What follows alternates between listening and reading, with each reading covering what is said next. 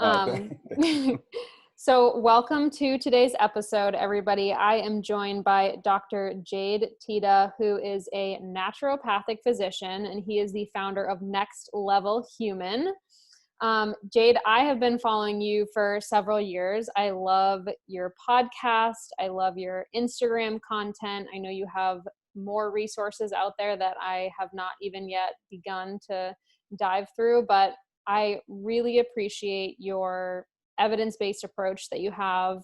But one of the things that really made me want you to come on this podcast was kind of your focus on that mental and spiritual health. You know, you're clearly an expert in human physiology and metabolism and fat loss and performance, but I love that you kind of tie in that other aspect that really makes a complete holistic approach. Well, thank you, Erin. You're so sweet for having me. And yeah, it's been an interesting ride. I really don't think you can really separate the other two, right? So to me, I go, it's psychology, it's sort of physiology, it's personal preferences, and it's practical circumstances. So we have all four of those things that we need to kind of round out sort of our journeys as individuals, and especially if we're talking about health and fitness. And so for me, I saw that early on and wanted to become an expert in each of those sort of fields because I think it's important. That's amazing. Now, you're wearing a t-shirt that says Team Human. So can you kind of tell us before we dive into today's topic, kind of what that is and what the listeners can take away from that? Yeah, it's funny. I didn't even realize that I wear this a lot, but I didn't realize that it would make an impact. But a lot of people see this shirt and they ask me about what it is, and it's a very Kantian approach to sort of being a human. So a lot of people don't know what that means. And Immanuel Kant is my favorite philosopher. And essentially, he developed a sort of ethics and morality about how to be as a human being. And I'll go through two of those briefly because it can get complicated. And this will explain Team Human. But he basically said that in order for us to be good humans, we needed sort of these sort of standard rules. And he called it the categorical imperative. And I'll give you two of those. There were really four, but I'll give you the two most important. The first one is never do anything that you would not will to be a universal law, which essentially means that don't it goes to this thing like do unto others as you would have them do unto you, but it goes a little bit further. It basically says never do a thing that you would not will everyone else do, that you would not say would be a good thing for all of humanity to do. So for example, if stealing, let's say, like if I steal from Erin and I can't will this a universal law, because if I did, then someone can steal from me, which can steal from them, who can steal from them. And then it becomes a contradiction and it becomes a huge mess. So that's the first thing he said. So all your actions, you look and you say, would I want, do I think the world would be a better place if all humans behaved this way? And so when you go about your day, you sort of look at it and kind of say, if all humans did this, like if all humans did not let anyone merge in traffic, would that be a good thing or a bad thing? If all humans, just punched people if they were upset and got rude with people, or if all humans were racist, or if all humans were these things,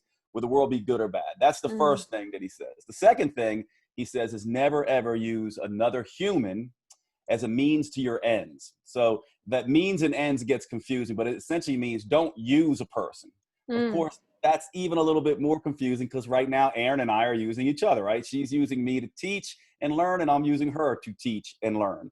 And so as long as you agree, that's fine. So the real meaning of that is do not manipulate other people. Do not manipulate their reality. Do not lie, cheat, betray, bullshit, this kind of stuff to get your way by using another person.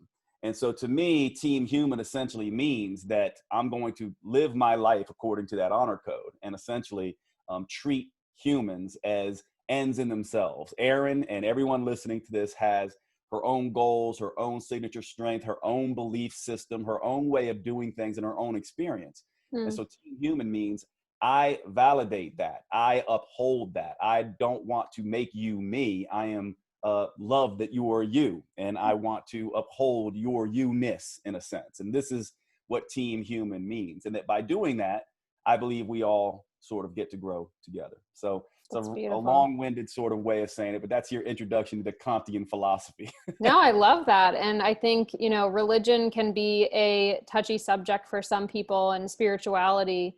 And I love that it's kind of a common ground for people to align on that sense. One thing that always drew me to religion was that sense of morals and how can we, come together and make the world a better place. So I feel like I want to be part of Team Human. Yeah. And I think that it makes room for all of that, right? Religion, different beliefs, philosophy, spirituality. I think they all sort of share some of these truths. I think Kant just described it in a way that, can really resonate and help us remember, okay, these are the things that we need to do. And it brings us to a point about health and fitness too, by the way. It's kind of an interesting segue, right? Because Mm-hmm. in our personal lives, I think we need to operate from first principles. In other words, part of the reason we all get confused and get anxious and, sometimes have anxiety, depression, and all these things or hurt is because we don't have for ourselves an anchor, an honor code that says, this is what I stand for. Right now we're in a very political time, right? With COVID and Black Lives Matter and all this kind of stuff. And people get really anxious on either side. And there's a lot of fighting back and forth and a lot of confusion. Mm. But when we anchor ourselves and to be like, what do I actually stand for, and have a code of honor and a code of conduct, it actually makes things simpler for us as humans. And the same Mm. thing happens with health and fitness when we essentially say, what do I actually stand for as Mm. it pertains to my health and my fitness? Just the rules that say, here's what I'm going to do. And what I would suggest is there is sort of a categorical imperative for nutrition, just like there is sort of this Kantian categorical imperative of how to be as a human. And to me, that imperative as in nutrition is do what works for you and uphold what works for other people as an end in itself. And don't try to make people you and adhere to your nutrition philosophy, and don't try to adhere to their nutrition philosophy. In other words, be a human who engages in health and fitness in a way that allows you to find your own unique approach to health and fitness. And to me, this is another sort of first principle that we should adhere to. So you can see how the psychology and the physiology begin to interact here when we essentially say, here's what I stand for as an individual, psychologically speaking, and here's what I stand for as an individual, physiologically speaking. And this does take some education. So we'll get into that, right? We can get Mm-hmm. into different parts of this education and different ideas that we want to try on, so to speak. But I do think it's an important conversation and it pivots right into health and fitness. And most people separate these two.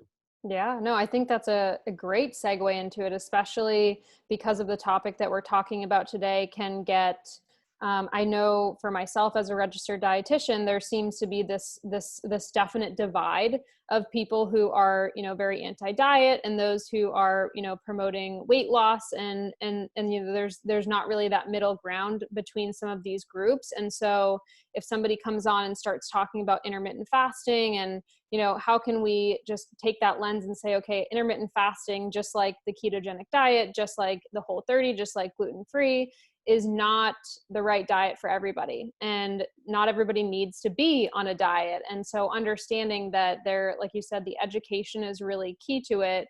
But we're talking about a topic here that there's always going to be some nuances to it. And there's always going to be, something that works for somebody that doesn't always work for another person.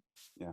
Yeah, so it's a really interesting way to talk about this, because I do think intermittent fasting is one of these things that um, has what I call structured flexibility to it. It's a term that I use a lot, and essentially what it says is that we can all have a structure that most of us, would think it's a good idea to adhere to. And I'm going to argue probably as we talk that intermittent fasting is a structure that our metabolism is uniquely evolved to deal with and does Mm-hmm. very well with. However, you cannot take Erin's version of intermittent fasting and do it and expect for it to apply to everyone. You can't take Jade's version of doing intermittent fasting and expect for it to apply to everyone. But I'll make it, and I'll just go ahead and launch into this if you're okay with it. To Sure. me, intermittent fasting is something that we all do. We have done since the dawn of humankind, and it is built into our physiology. It's one of the most important things that we can do actually as a human. And let me explain what I mean by that. What I mean by that is that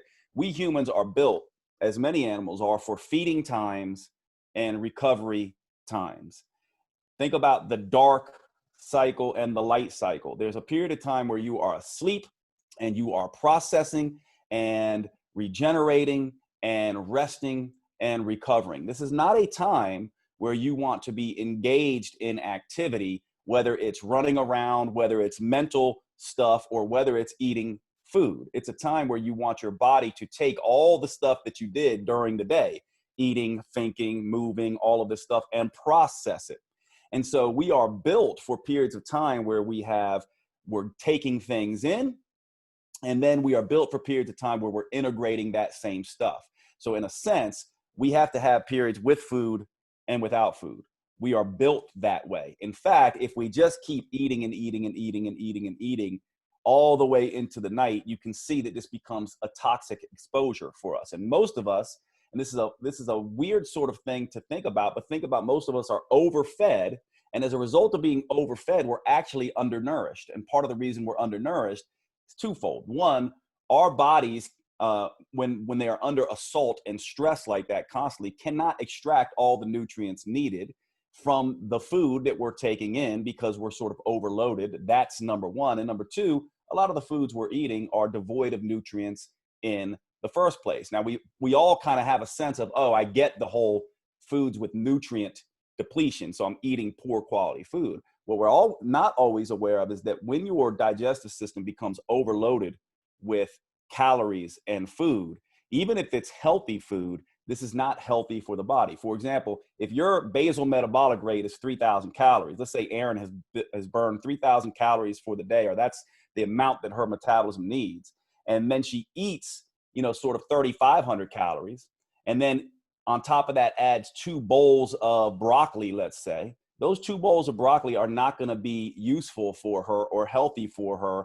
in the context of overeating. And a lot of people don't understand this because they think, well, doesn't matter how much I ate, these are blueberries, this is broccoli, these are healthy foods. But on top of a calorie load that is already not useful for you, those foods can also become junk foods in a sense. And I'll give you the opposite end of that as well. And this is going to, and you can push back against this, Erin, as well, and those of you who are listening to this. But when you're starving, if you've been starving for 3 days and you haven't had anything to eat, and I give you a Snickers bar, in that context, that Snickers bar becomes a health food.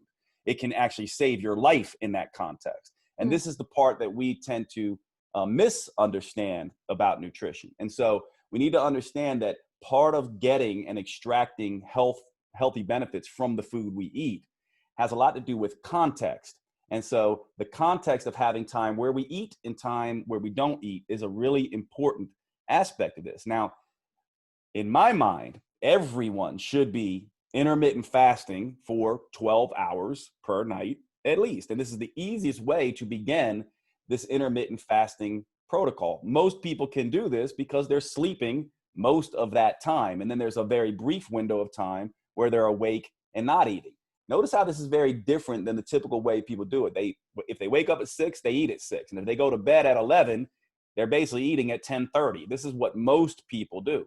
What I'm essentially saying is that if you want to understand the basics of intermittent fasting, just give yourself equal time with and without food. That's all it is. It's as simple as that. And this is the simplest way to start. Now we can get way more advanced, and I'll see where you want to go with this, Erin, but this is how this is built. And it's built right along with our circadian rhythms. It's built with the light, dark cycle. When the light goes up, certain physiological processes kick in that make you more active. What's the point of that? For you to go look for food. If we're all living on the plains somewhere out in natural settings, light comes up, we need to go and get food to get our energy.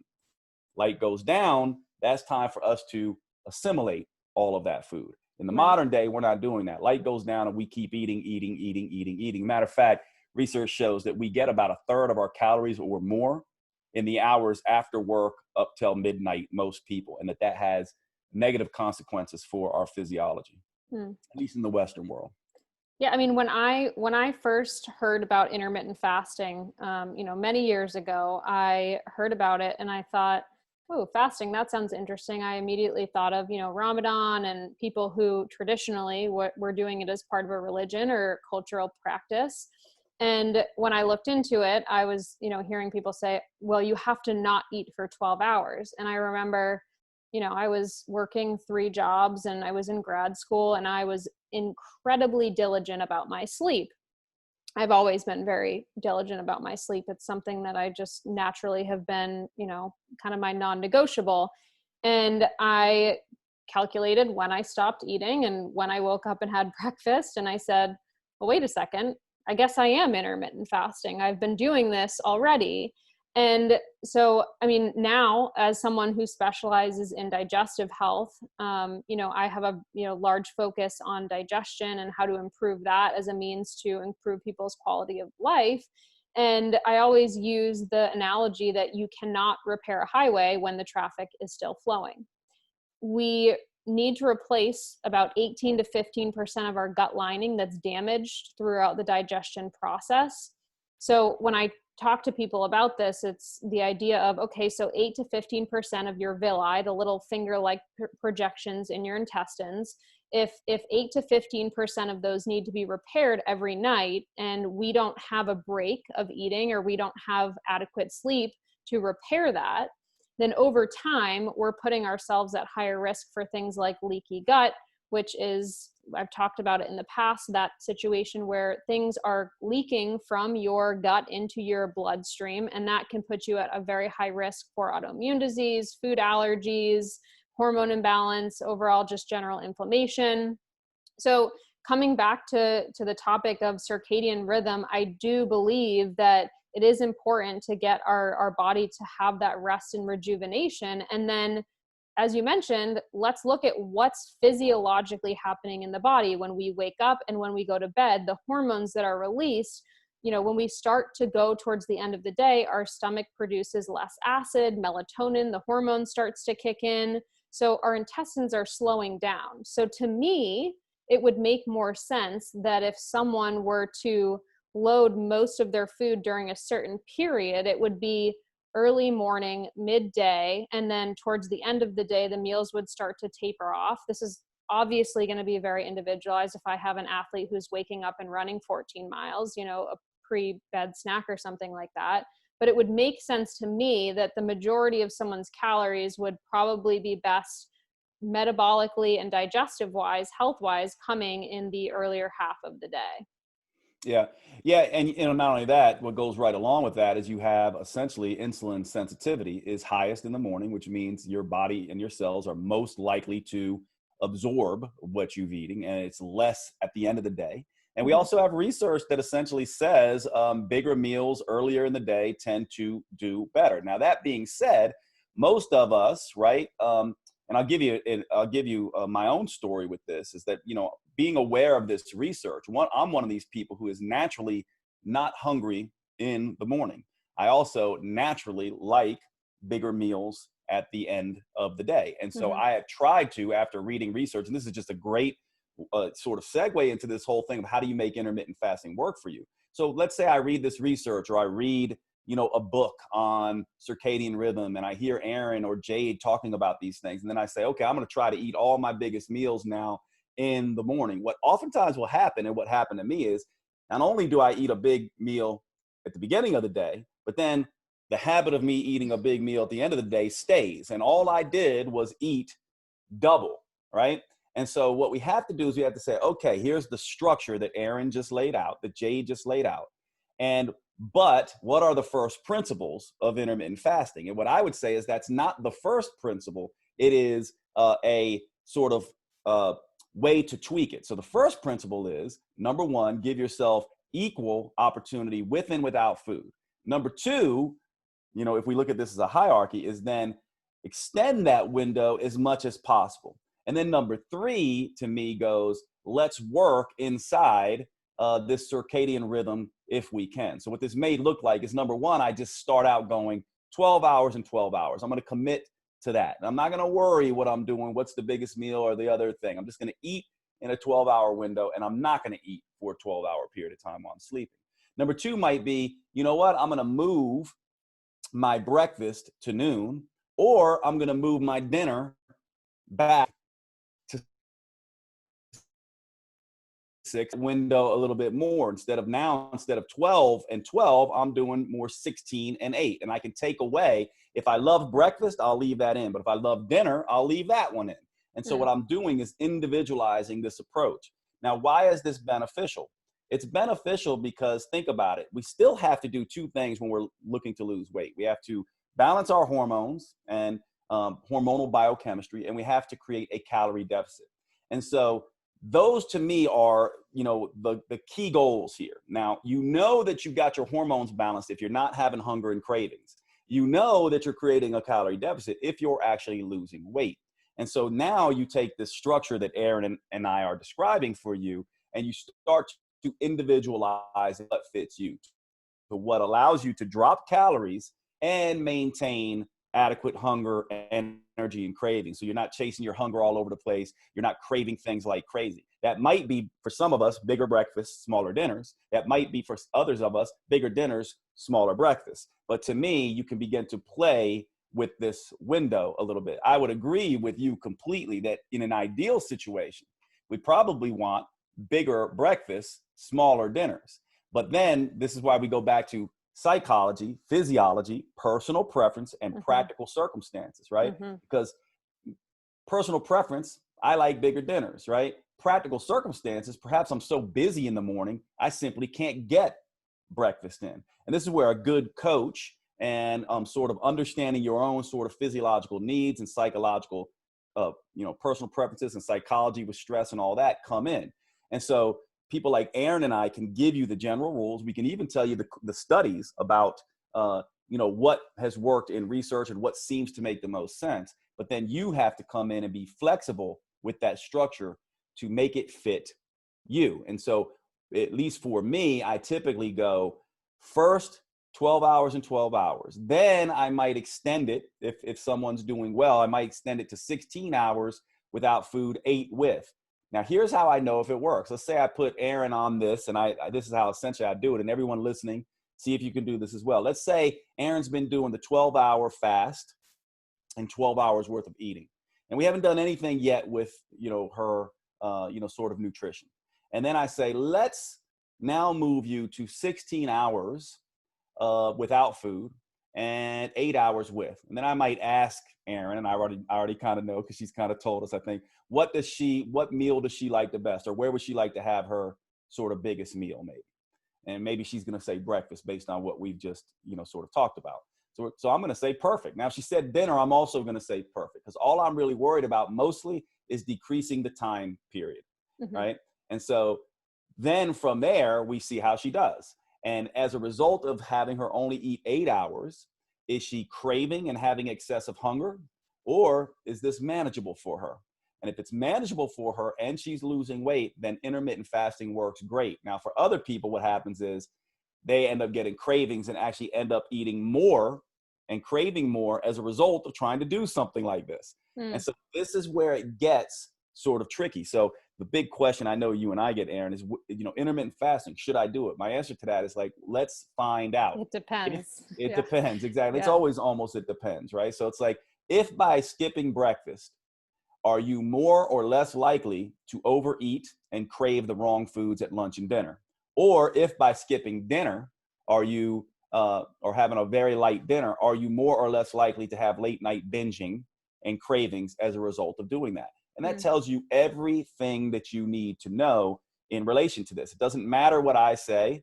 Doesn't matter what book you read. Doesn't matter what podcast or what research study or any of this stuff. What matters is when you do your own research study, you try this out on yourself, what happens to your hunger, energy, and cravings, and what happens to your results. And this tells you how intermittent fasting works. And then you can start getting even more, let's say, that works great for you. Then maybe you go to more of an OMAD diet, which is 1 meal a day, right? Where you have one big meal in the morning or one big meal at night, right? And you see if this works for you. But here's the problem, right? We all know, like if Erin and I fast all day together and then we end up, hanging out later that day, one of us might be fine and just get a chicken salad and a nice healthy meal. The other of us might want to go to the Cheesecake Factory. And here's the problem with that.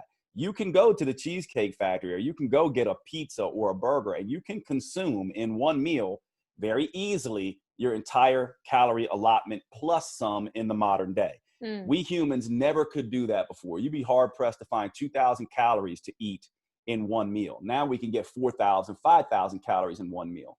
And this is the issue. This is what happens with a ton of people. And it's why I oftentimes say intermittent fasting is more of an advanced tool at its later stages. You know, the 18-6 or the OMAD approach, 1 meal a day approach, can really backfire, or the alternate day fasting approach, right?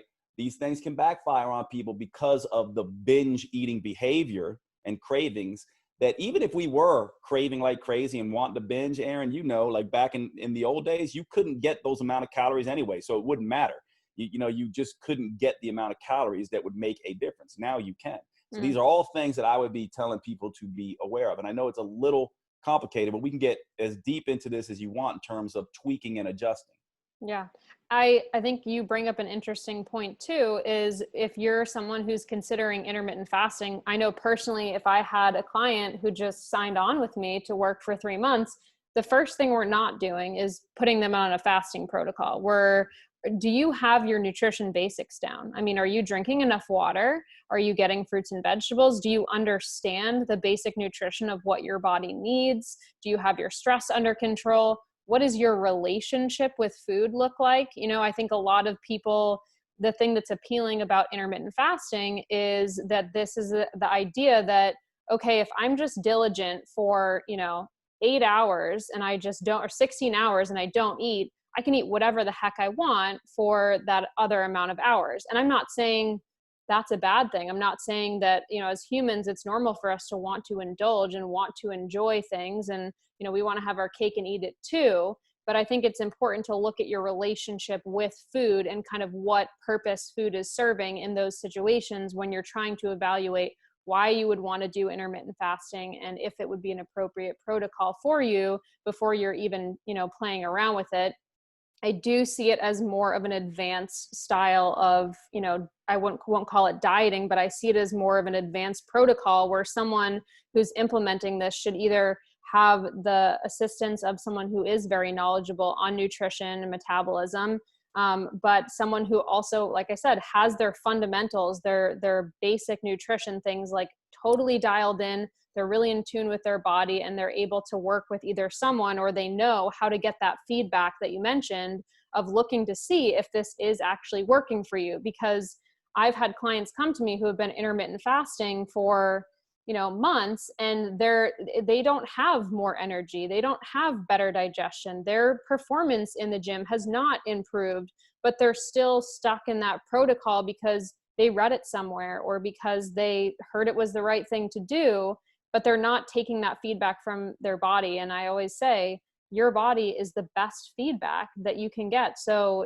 it can be tough to block out a lot of that noise that's coming from, whether it be research or just, diet culture or the media in general.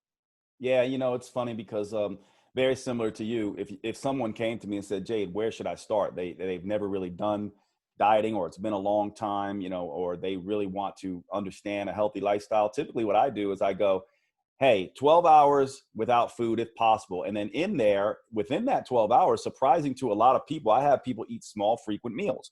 Part of the reason I do that is because I want them to begin to understand how food impacts them and how their blood sugars fluctuate. And I want them to be in control of hunger, energy, and cravings. Then I would usually work backwards from there.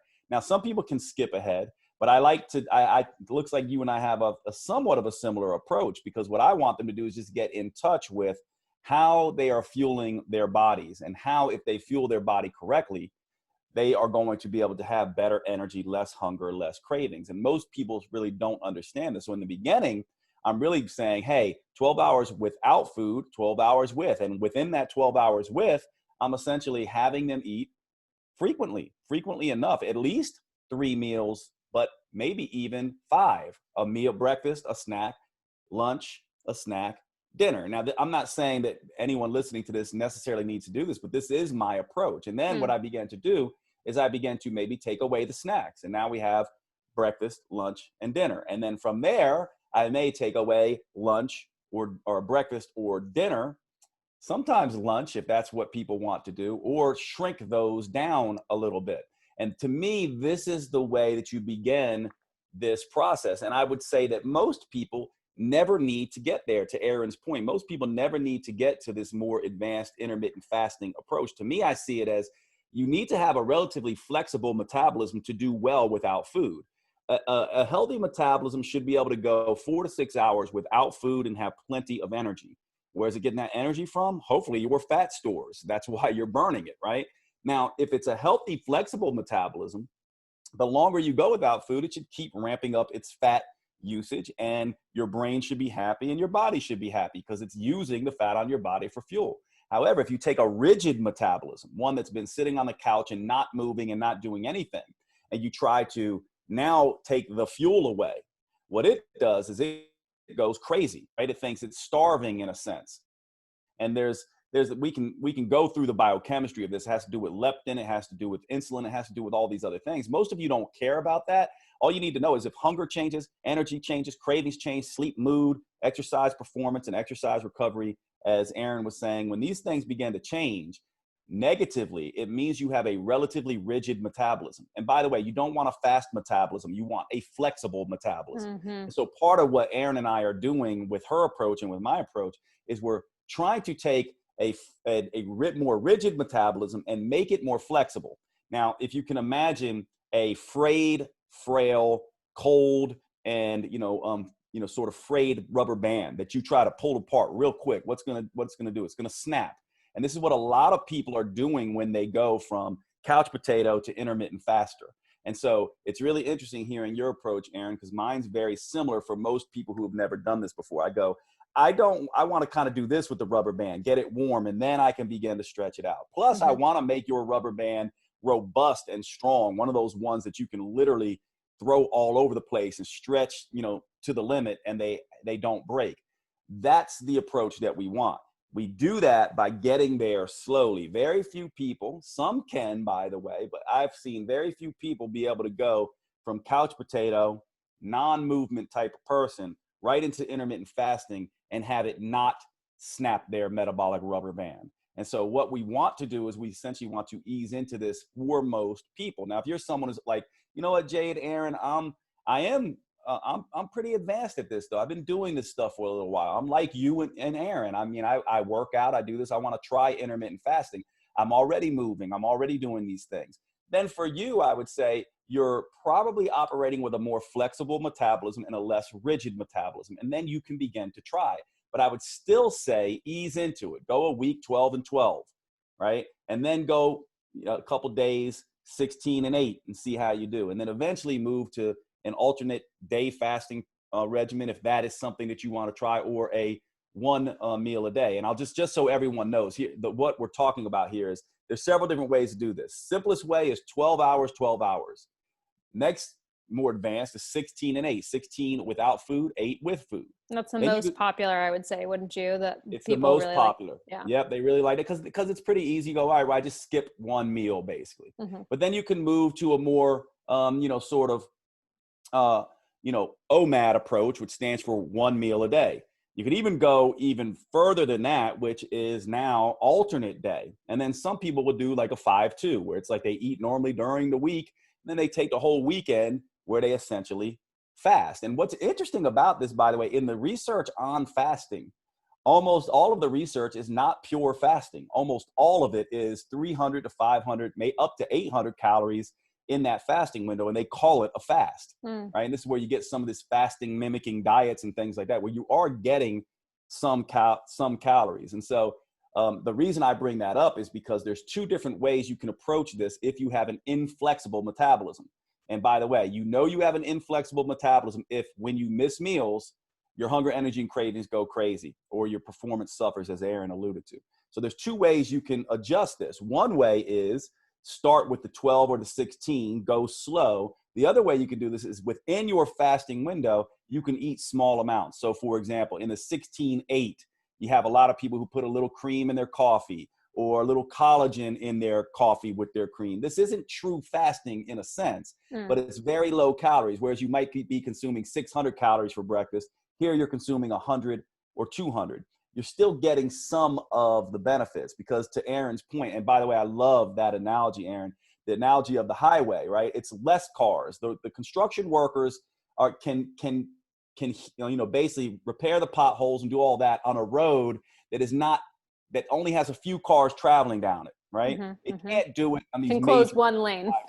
It can close one lane. It's not going to be that big of a deal. This is what we're essentially doing if we give 200 calories maybe for breakfast versus 600. But this is the way that I think that you do this. And then there's certain tools you can use like cocoa powder and coffee and non-calorie substances that sort of just take the edge off, right? You just have to be careful with some of those because some of those can trigger cravings later. For example, some people can do diet sodas and gums, which is not something I would recommend personally because I'm more of a naturopathic physician. It's a bias. However, I've seen people do very well on that. So I'm not going to tell you definitely don't. It's just that for many people, those that when you taste sweet on your mouth, your body expects sweet. And then sometimes for a sizable amount of individuals, the brain is pinging eat, eat, eat, eat. So I'll stop here and see what your approach is there, because maybe it'll be helpful for people for us to talk about some of the things that they can do between, when they're not eating to help, keep their mind off of it. I'm just curious what you do in that regard, or wherever you want to go with it. Yeah, I'm definitely biased in the sense of, I'm very picky about ingredients and things like that, but I also have clients who, consume artificial sweeteners and things like that, and they're perfectly healthy. I have, no issue with that. I'm not going to tell my clients to reduce those things if it's not realistic or part of their lifestyle. A point that I also wanted to bring up, I think we're talking a lot about maybe people who are looking for improving their body composition or for weight loss, which I think is one of the main reasons why people gravitate towards intermittent fasting. But there's other reasons why people intermittent fast, whether it's improved cognitive function. And some people will mention that when they are in that fasted state, they notice they are more clear thinking, they are more focused, they have less, kind of that nervous energy, they have more of a steady, clear energy. And then autophagy, which is programmed cell death, which is basically preventative for cancer. And so weight loss and body composition aren't the only reason why people do intermittent fasting. And I think that's also an important point to bring out, like I mentioned, digestive benefits or, hormone balance or things like that. Those are also reasons why someone might be gravitating towards intermittent fasting for, that client that you put, artificial client that you brought up, of someone who's been like, I've got my nutrition, I've got my fitness, I want to take it to the next level, I want to start experimenting. That's when we get into the idea of, maybe longevity and improving your health long term and the cognitive function. So I think that's an important distinction to make, because I think we have been talking a lot about, the benefits as they relate to weight loss or body composition changes. And part of that is definitely the repair, regenerate mechanism, but also the mechanism of caloric restriction, right? Which we know from just a basic standpoint that, less calories in will lead to weight loss, will lead to better markers of things like blood pressure and, cholesterol levels and what have you. So if I have a client who is doing intermittent fasting and they're doing it for the health, like true health benefits, then I'm saying just drink water while you're fasting. Water should be the only thing. I wouldn't even throw coffee in there most of the time.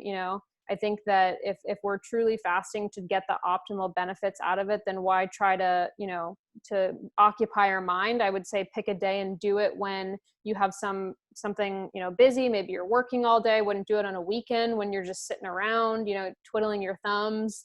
That would be my suggestion for a client who's looking to do that, in a sense of if they really truly want to do it the way that to get the maximal health benefits out of it.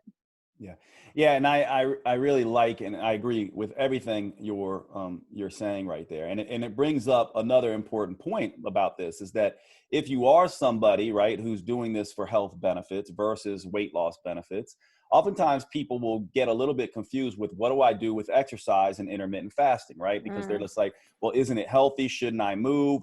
Or if they're trying to lose weight, the typical way of doing that is, hey, let's just take in as little as possible and let's put out as much energy as possible.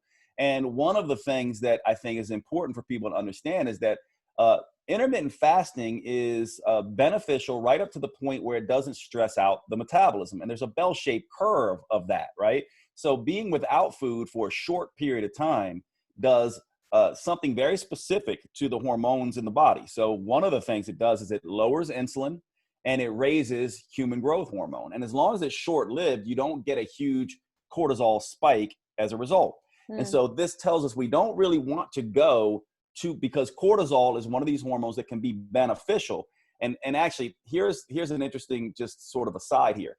Intermittent fasting short duration has the same hormonal profile as short duration high intensity exercise. Mm-hmm. Cortisol does go up, but it goes up with human growth hormone, and insulin goes down, and adrenaline goes up, right? So there's this nice mix. A lot of people think cortisol, the stress hormone, is a fat storing hormone, but not when it's socializing with human growth hormone. And it does that in high intensity training, and it does that also with short duration fasting. However, once you take short duration fasting and add high intensity training on top of that, or you fast for a long period of time, cortisol starts to dominate more than these other hormones might. And what happens then? Hunger, energy, and cravings go out of check again. And so one of the ways that you can tell whether this is working for you is measuring hunger, energy, and cravings, and also realizing that I probably don't really want to be doing super intense stuff on the days that I'm fasting. Walking is probably enough for most people because walking synergizes with that. Walking lowers cortisol and it's not going to interfere with the human growth hormone push. And so Mm. one of the best ways that you can synergize movement with fasting is walking. This is one of the best things to do. It simultaneously sensitizes the body to insulin and lowers cortisol to a degree. And so if you are going to fast, in my mind, you don't really want to be doing a lot of intense exercise on those days. Walking would be best. Now, some people can tolerate it. How do you know? Well, hunger, energy, and cravings, exercise performance, exercise recovery stays in check versus it doesn't. And by the way, here's an interesting thing, and love to hear what you think about this, Erin. Sometimes what you do on Monday can influence how you feel Tuesday and Wednesday. And so you have to get very much in tune with, okay, if I do like a 5-2 fasting regime, which for those you don't know is like, I eat for 5 days and I fast on the weekends, let's say you're doing it for health benefits like Erin talked about, and it's just a water-based fast, right? Now, if you're exercising on the weekend too, that probably will not work for most people like you want it to. And you also have to be like, what happens on Tuesday and sort of Wednesday? Are you binging and are you going crazy as a result of those 2 days? And so you need to pay attention to that. The final thing, well, let me get your thoughts on that, Erin. Then you know what I think you and I should talk about before we let them go is we should talk about how to break a fast, because obviously the food choices in that, after a fast can definitely determine whether that fast worked for you or not. But I just want to hear your thoughts on sort of what I just said as in regards to movement and exercise. Yeah, I think it's, in terms of what is the goal of exercise, if it's for mental health, then I think walking would be something that, like you said, it lowers cortisol. We have research to prove that. If your goal is to build muscle, as you mentioned, the point about the human growth hormone, people should understand that hormone being elevated is positive because that's going to help you maintain muscle. And so we want that scenario. I think that in terms of the research that we have on performance and ketosis in general, I would be weary to recommend that anybody include any sort of high intensity training or training that is dependent on their performance improving during a period of fasting.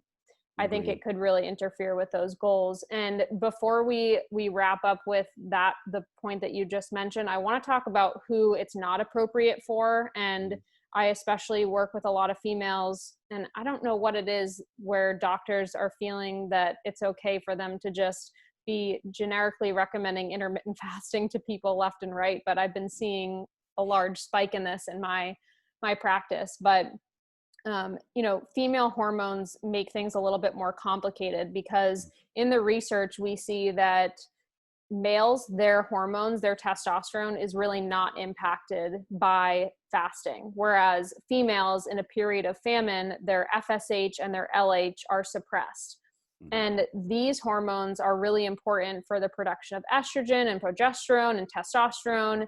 And so if your intermittent fasting is leading to a place where your body is perceiving it as a stress, this could be due to your hormonal profile. It could be due to, you might have a low BMI or low body weight, or you just might be someone who is very high stress. Your cortisol levels are already dysregulated. Maybe you're trying to get pregnant. There are certain situations where intermittent fasting is just not appropriate for you. So I just also wanted to make sure that we touched on that. Yeah, and here's a little hint for women as well. When estrogen is dominating in the menstrual cycle, which it's a little bit tricky, but during the first 2 weeks, and really you can extend that out to 3 weeks. In the first 2 weeks, estrogen is dominating over progesterone. But in the middle week, the week after ovulation and before the premenstrual week, uh, estrogen is still high with progesterone.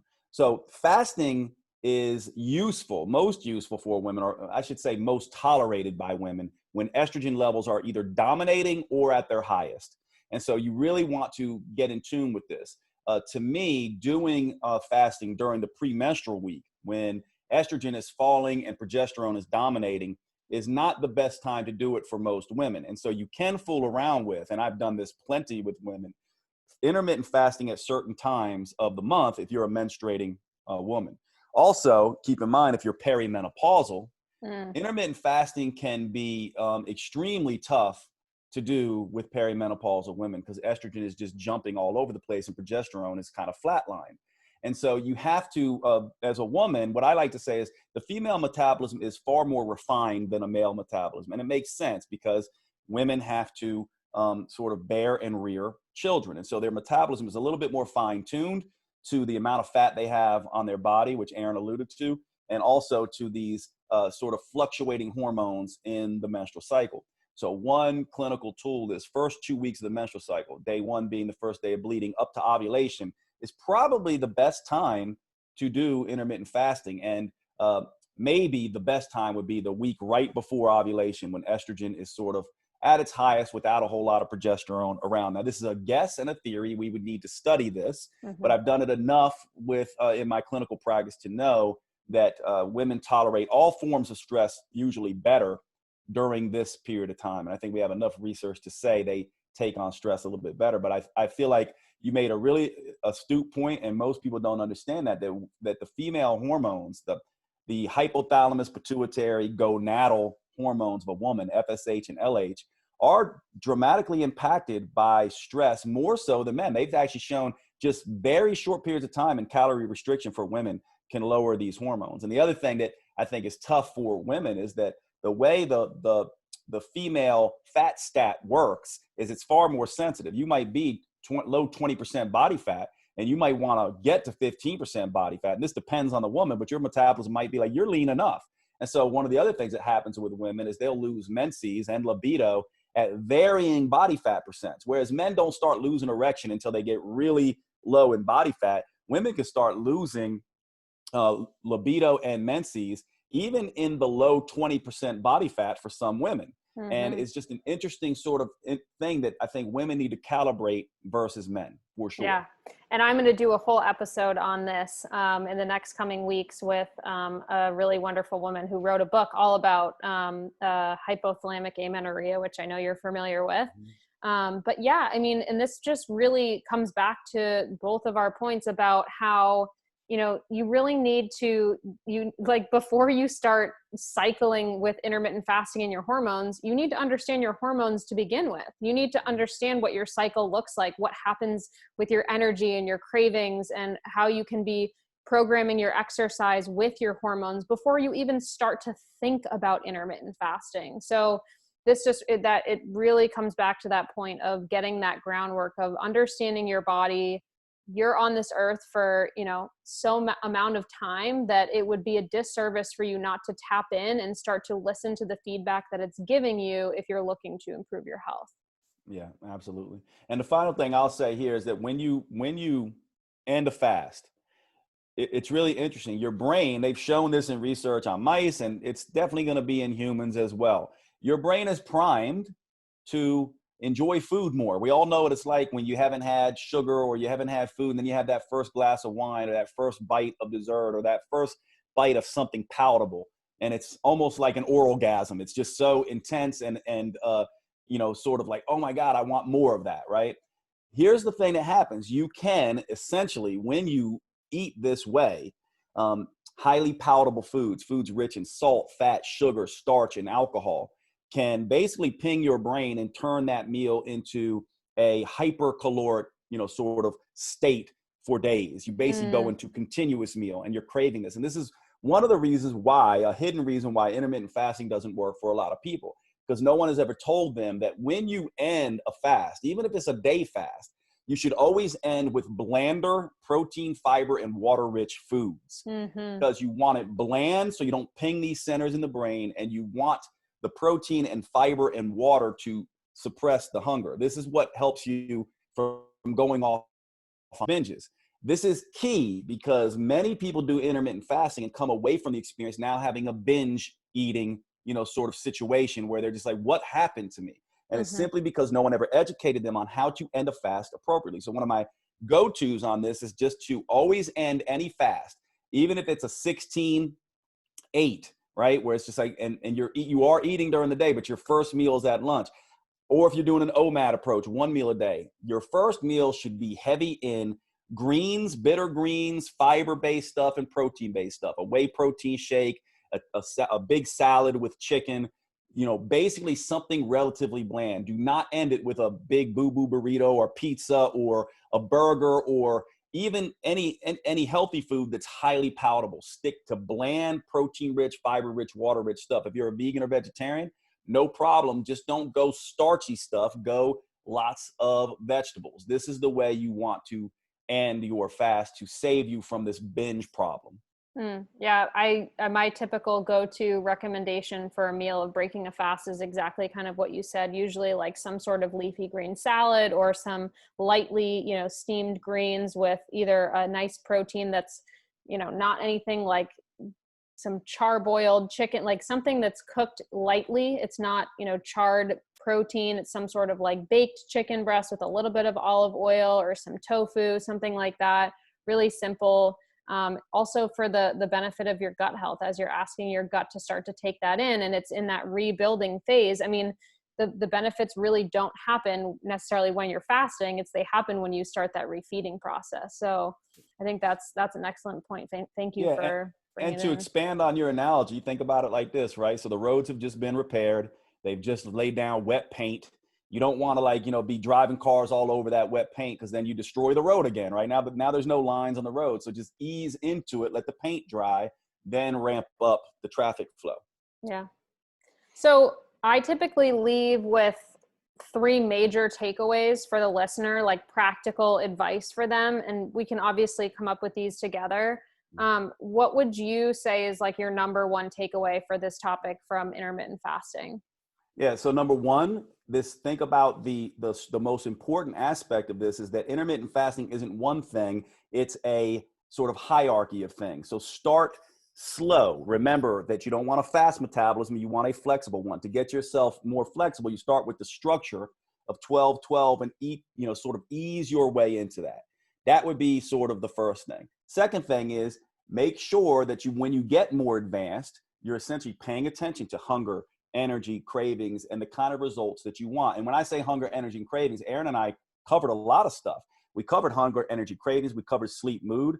We mentioned performance, and exercise recovery, libido, erections, menses, also signs and symptoms, gas, bloating, all these things. You want to say, are they getting better or worse as a result of intermittent fasting? And then what are my results on body composition? Am I maintaining or am I losing? You want that sort of approach. And then the final thing is know how to end appropriately, right? So you want to essentially end that fast in a way that's not going to cause you to binge later, because we think that calories and all that stuff works day to day. No, the metabolism is looking at that over weeks and months. And so if you do an intermittent fasting on the weekend and it causes you to overeat overall for the rest of the week, that's not beneficial for you.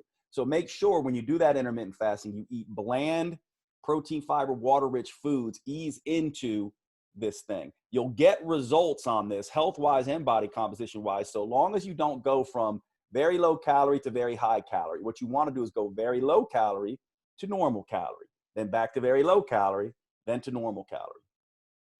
Those are my takeaways. How about yours? Those are excellent. I think I'm just going to kind of take yours and say, I agree with those, say ditto.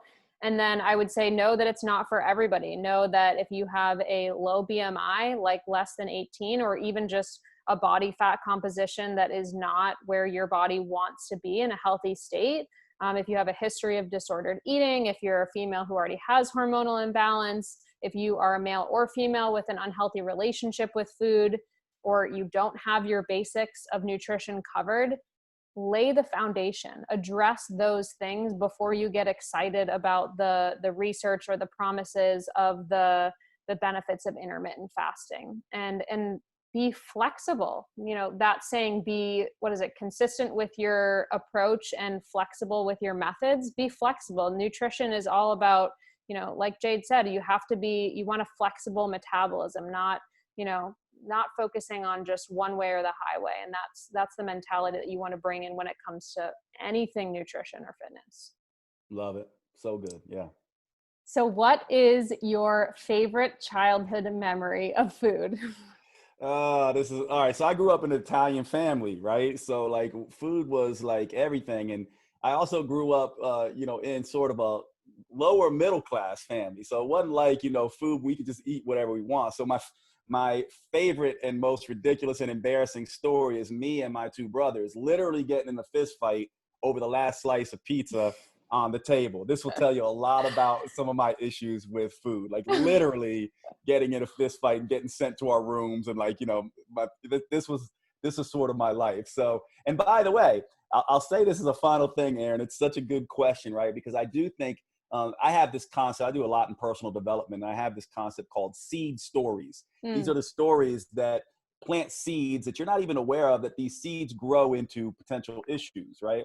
So one of my seed stories is there's not enough food. I need to eat everything on my plate. And I always, like, whenever I'm super hungry, I order way too much. And then I want to eat all of that. These stories we have to be aware of. And you can see how this pizza story is like, I better eat the pizza as fast as I can, because if not, my brother's going to punch me in the chest, or whatever, if I try to eat the last slice.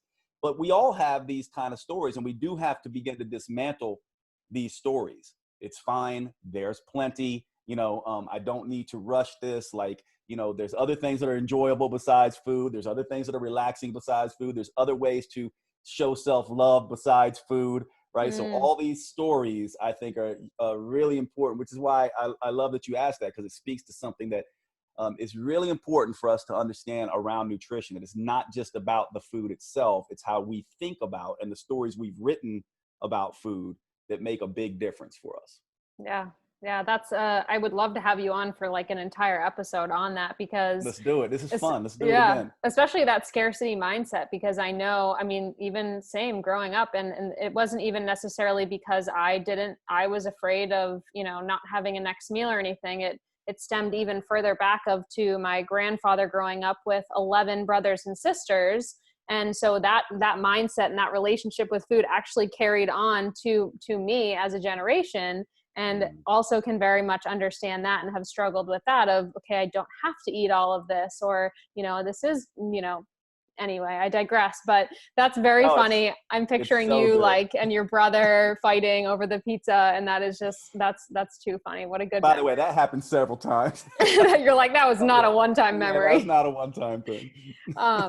Well, thank you so much. I want the listeners to know where they can find you, whether is your Instagram handle. I know you have an excellent website with all your resources. Can you just share where people can find you if they want to get in touch with you?